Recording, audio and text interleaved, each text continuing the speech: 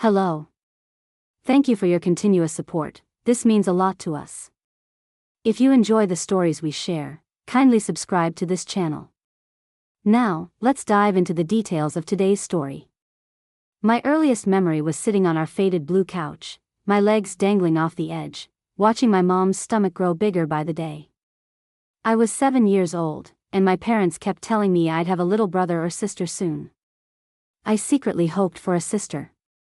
"Nellie, come feel," Mom would say, grabbing my small hand and placing it on her round belly. I'd feel the tiny kicks and imagine a friend, someone to play dolls with, someone who'd look up to me. But when my brother Ethan was born, everything changed. I still remember the day they brought him home. Dad was carrying this tiny bundle wrapped in a blue blanket, and Mom was walking beside him, looking tired but happy. "Come meet your brother, Nellie," Dad said, his voice filled with a pride I'd never heard before. I peered at the wrinkly, red-faced baby. He wasn't much to look at, honestly. But my parents acted like he was made of gold. "Our son," Dad kept saying to visitors, "finally, an heir to the family name." I didn't understand what that meant then, but I felt the shift immediately. Suddenly, I was on the outside looking in. The first few months, I thought it was just because babies need a lot of attention. My teacher, Miss Parker, had explained that when she noticed me drawing sad faces during art time. "Your parents are just busy with the baby Nellie, they still love you the same." But Miss Parker was wrong. It wasn't the same at all. When Ethan was learning to walk, I scored the highest in my class on a math test. I ran home, paper clutched in my hand, stars, and a big A+ at the top. "Mom, Dad, look what I got!" shouted, bursting through the front door. I found them in the living room, cameras out, filming Ethan as he took wobbly steps between them. "That's it, champ. Come to Dad," my father encouraged, completely ignoring me. "Mom, look at my test," I said, tugging at her sleeve. She barely glanced at it. "That's nice, honey." "Oh, Ethan, you're doing it." I stood there, my achievement forgotten, as they cheered for my brother taking 3 steps without falling. For my 8th birthday, my parents got me a coloring book and some crayons. For Ethan's 1st birthday, they rented a bouncy castle, hired a clown, and invited the whole neighborhood. I sat in the corner eating cake while everyone cooed over my brother. No one remembered that I'd won 1st place in the school's running competition just a week before. Christmas was the worst. Ethan got mountains of toys, trucks, blocks, a tiny electric car he could ride around the house. I got clothes and a book about being a good big sister. "You're so lucky to have a little brother like Ethan," relatives would tell me at family gatherings. "We hit the jackpot with this little guy," Dad would say, ruffling Ethan's hair. "A son to carry on the family business someday." Mom would nod enthusiastically. "He's just like his father, strong and smart." I'd sit there wondering what that made me, weak and dumb. The only person who seemed to notice what was happening, Aunt Sarah, Dad's older sister. She lived in Indiana while we were in Ohio. She didn't visit often, but when she did, she always made time just for me. "How's my favorite niece?" she'd ask, bringing me little gifts that showed she'd been paying attention. Art supplies when I got into drawing. A basketball when I joined the school team. Once during Thanksgiving dinner when I was 10, the usual praising of Ethan was in full swing. "He's already reading at a 2nd grade level."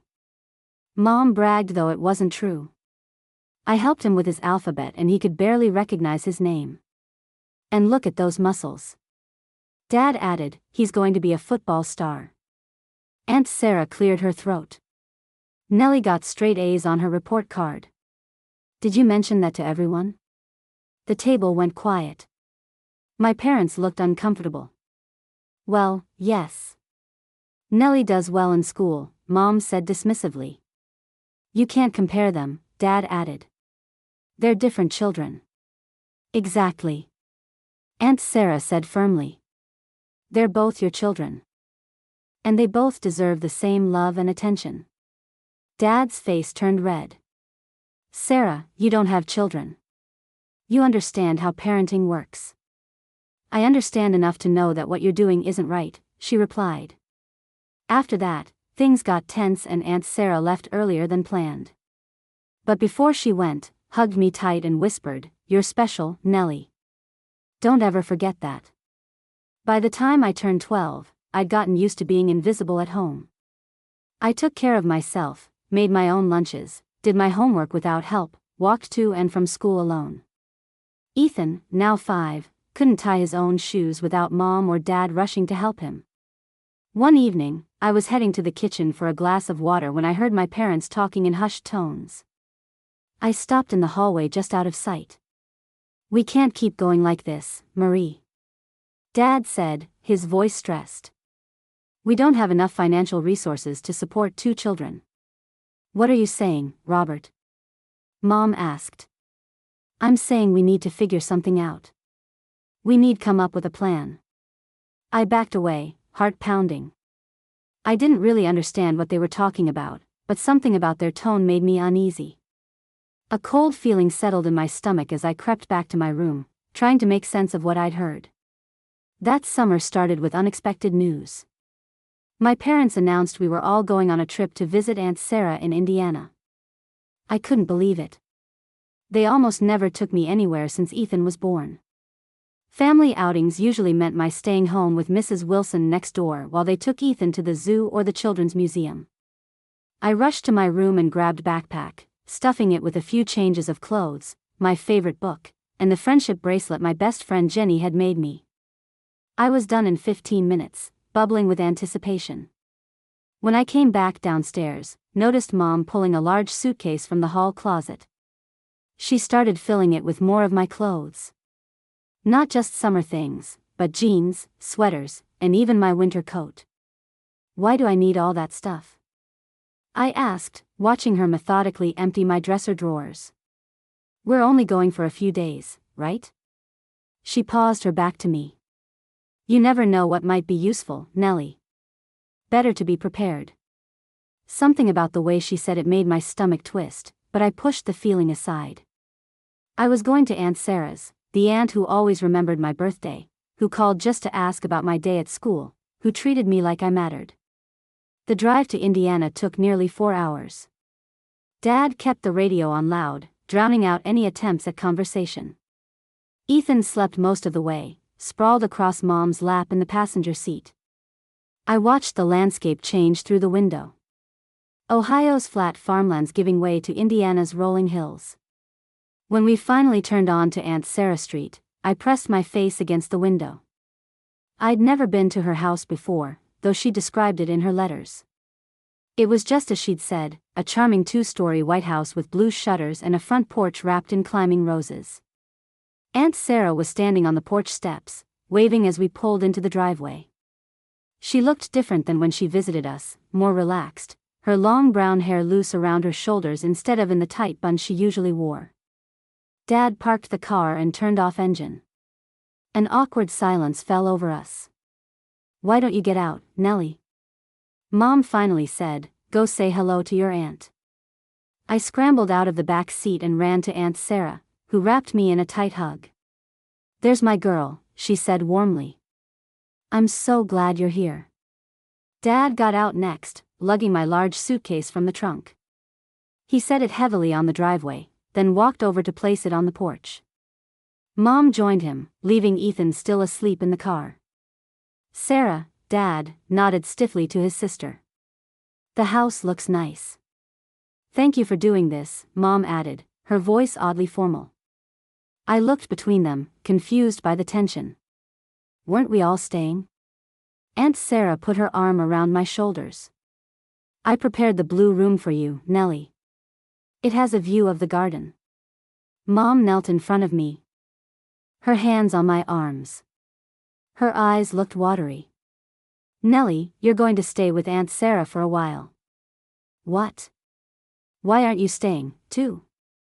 The cold feeling from before returned, spreading through my chest. "No, sweetie. Dad, Ethan, and I are going back home. You're going to live here with your aunt." I stared at her, not comprehending. "For how long?" She glanced at Dad, who was looking at his watch impatiently. Just for a little while. We'll come back for you later. But why can't I come home with you? My voice cracked. Mom hugged me quickly. It's complicated, Nellie. You'll understand when you're older. Dad gave me an awkward pat on the head. Be good for your aunt. And just like that, they were walking back to the car. I watched in stunned silence as they got in. As Dad started the engine, as they backed out of the driveway with my sleeping brother still in the front seat. Mom waved through the window, a small sad gesture that made no sense alongside what they were doing. Then they were gone, leaving me standing on the porch next to my suitcase and my aunt. Come on, honey. Aunt Sarah said gently. Let's get you settled. I followed her numbly into the house. It was cozy inside. Hardwood floors, comfortable furniture, walls lined with bookshelves. Under different circumstances, would have loved it immediately. Aunt Sarah showed me to my room on the second floor. It was painted a soft blue with a white dresser, desk by the window, and a bed covered with patchwork quilt. I hope you'll be comfortable here, she said, setting my suitcase down. I know this is a shock, but I promise I'll take good care of you. That night, I didn't cry. Lay awake in the unfamiliar bed, convinced this was just a strange extended visit. My parents would realize their mistake and come back for me. They wouldn't just leave me here permanently. They couldn't. Days turned into weeks. I helped Aunt Sarah in her garden, planting tomatoes and zucchini in neat rows. The physical work kept my mind occupied, my hands too dirty to reach for the phone and call home again. Aunt Sarah owned a small bakery in town called Sarah Sweets.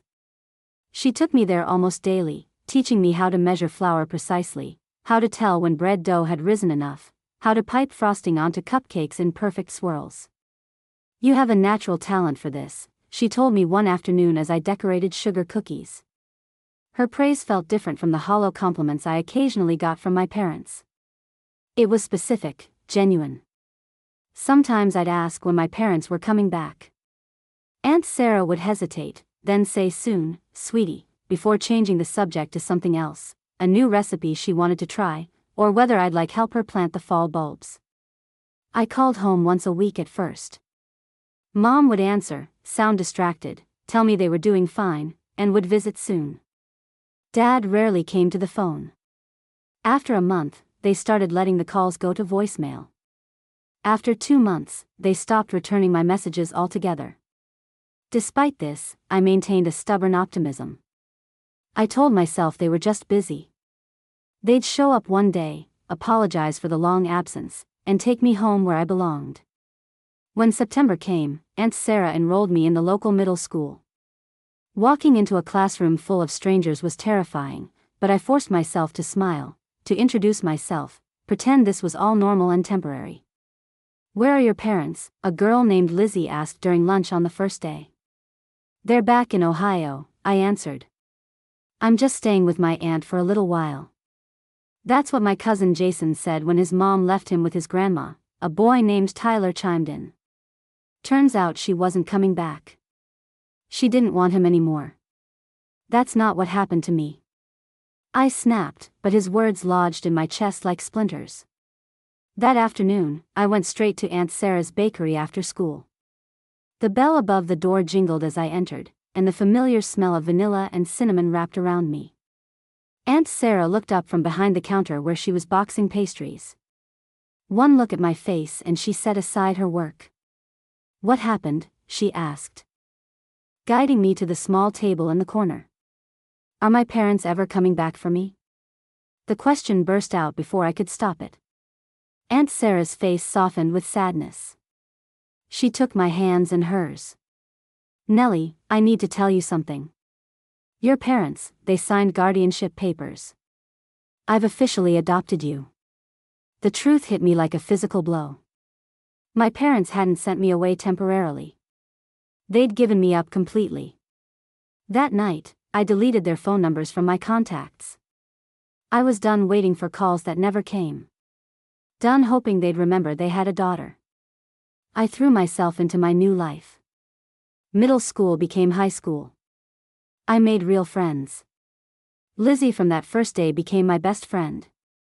And Tyler, despite our rough start, became part of our group, too. We spent weekends at the mall, summer's community pool, and countless afternoons in the cozy kitchen above Aunt Sarah's bakery. Aunt Sarah never tried to replace my mother. Instead, she became something better, a mentor, confident, a person who saw me for I was. She never compared me to anyone else or made me feel like I wasn't enough. On holidays and birthdays, I still found myself glancing at my phone, a small part of me expecting it to ring. It never did. No cards, no gifts, not even a text message acknowledging my existence. Each silent milestone solidified the wall I was building between my past and present. By senior year of high school, I rarely thought about my biological family. I'd changed, grown taller, cut my hair short, developed a passion for photography and business. The bakery had become my second home. Aunt Sarah had expanded, opening a second location across town. I worked there after school, learning the business side of things, ordering supplies, managing schedules, balancing books. I want you to understand every aspect of running these bakeries. And Sarah told me one evening as we closed up shop, it'll all be yours one day. I looked at her, surprised. What do you mean? I don't have anyone else. Nellie, you're my family now. The only that matters to me. Everything I have will go to you. I hugged her fiercely, unable to express how much her words meant to me. She'd chosen me when my own parents hadn't wanted me. After high school graduation, Aunt Sarah handed me an envelope containing a check for college tuition. I've been saving for this since you came to live with me, she said. I attended the state university 3 hours from home. Business management became my major with a minor in culinary arts. Every other weekend, I drove back to visit Aunt Sarah. By then, she'd opened a third bakery location, turning her small business into a respected local chain. During my junior year of college, everything changed again. I came home for a regular weekend visit to find Aunt Sarah looking pale and thin. Just a bug that's been going around. She insisted when I expressed concern, but noticed she winced when reached for things and barely touched her dinner. 2 weeks later, she called me at my dorm. Her voice was steady, but I could hear the fear underneath. The doctors found something. Nellie, cancer. They've caught it late. Stage 3. I drove home that night, skipping my Friday classes. We sat at the kitchen table looking over medical pamphlets, discussing treatment options. 2 years, the doctors estimated with aggressive treatment. I'm not afraid, and Sarah told me, reaching for my hand. I've had a good life, especially these last few years with you. But there are things we need to get in order. She'd already spoken to her lawyer. Everything would go to me, the house, the bakeries, her savings. Not to anyone else, she emphasized. And I knew she meant my father, her only sibling. I took a semester off from college, managing the bakeries while accompanying Aunt Sarah to chemotherapy sessions. When I returned to school, I arranged my schedule to be home 4 days a week. She insisted I finish my degree. I'll be at your graduation, even if they have to wheel me in, she promised. She kept that promise, though by then she was too weak to leave the hospital. The nursing staff set up a video call, and I held my phone up as crossed the stage, making sure she could see me in my cap and gown. 2 weeks later, she slipped away peacefully in her sleep. I was holding her hand, telling about new summer recipes I wanted to try at the bakeries. I like to think she heard me. The funeral was small. Aunt Sarah's employees, neighbors, a few friends from her church. I stood beside her casket, accepting condolences from people whose lives she'd touched. I felt numb, adrift without her steady presence. As the service was ending, I noticed 3 figures at the back of funeral home. My breath caught in my throat. Even after 11 years, I recognized them instantly. My father, mother, and brother. My mother looked older. Lines around her eyes and mouth that hadn't been there before. My father's hair had thinned and grayed. And Ethan, no longer the little boy I remembered, but a tall teenager who looked uncomfortably out of place in his dark suit. They approached me slowly, hesitantly. My mother reached out as if to hug me, but I stepped back. "We heard about Sarah," my father said awkwardly. "We're, so sorry, Nellie. We've missed you so much," my mother added, her eyes swelling with tears. I looked at them coolly. "Why are you here? You haven't been interested in my life for the past 11 years. They exchanged glances, clearly not expecting such directness. Before they could answer, a man in a dark suit approached us. "Miss Nellie Adams. I'm James Porter, your aunt's attorney. We need to meet regarding the reading of will. Are you family members as well?" he asked, looking at my parents. My father straightened. "Yes, I'm Sarah's brother, Robert Adams." The attorney nodded. "Then you should be present, too. My office tomorrow at 10 o'clock. As he walked away, I noticed something change in my parents' expressions. A spark of interest, a calculation. In that moment, I understood why they'd suddenly reappeared in my life after all these years. They weren't here for me. We're here for whatever Aunt Sarah might have left behind. The next morning, I arrived at the attorney's office first. I wore a simple black dress, something Aunt Sarah had helped me pick out for business meetings. Professional, she'd called it. Armor, I thought now. My parents and Ethan arrived 5 minutes later. My mother tried again for a hug, which I sidestepped. We sat in uncomfortable silence until Mr. Reporter invited us into his office. "Thank you all for coming," he began, opening a thick folder. "I'll get straight to the reading of Sarah Adams' last will and testament." I stared at my hands as he read through the legal preamble. When I glanced up, I caught my parents exchanging glances, my father nodding slightly as if confirming something. "To my niece, Nellie Adams," Mr. Reporter continued, "I leave my entire estate, including my residential property at 423 Maple Street, all 3 Sarah Sweets Bakery locations and associated business assets, and my financial accounts totaling approximately $600,000. My mother gasped softly. From the corner of my eye, I saw father stiffen. "To my brother, Robert Adams," the attorney continued, "I leave my collection of family photographs compiled in an album which is my possession." Mr. Porter pulled out a large leather-bound album from his desk drawer and slid it across to my father. "Ms. Adams included a note with this bequest, which I am instructed to read aloud." He adjusted his glasses. "Robert, these are photographs of Nellie from age 12 through her college graduation. I've collected them so you might understand what you lost when abandoned her. Perhaps seeing the remarkable young woman she's become without your presence will help you recognize the magnitude of your mistake." The room fell silent. My father stared at the photo album, not opening it. My mother looked like she'd been slapped. Ethan, who'd barely spoken, shifted uncomfortably in his seat. The rest of the meeting passed in a blur of paperwork and signatures. When it was over, my parents lingered in the parking lot beside my car. "Nellie, please," Mother began. "We need to talk. We've made mistakes," my father added. "Terrible mistakes. But we're still your parents." I laughed then, a sharp sound with no humor in it. "You stopped being my parents the day you dropped me off at Aunt Sarah's and drove away." "We were struggling financially," my mother said quickly. "We couldn't provide for both." "Don't." I cut her off. "Don't pretend this was about money. You chose Ethan over me from the day he was born. Leaving me with Aunt Sarah just made it official." My father stepped forward. "We want to make things right to be a family again." 11 years too late. I replied coldly. For the next few weeks, they persisted. They found my number somehow calling from different phones when I blocked them. They showed up at the main bakery trying to talk to me.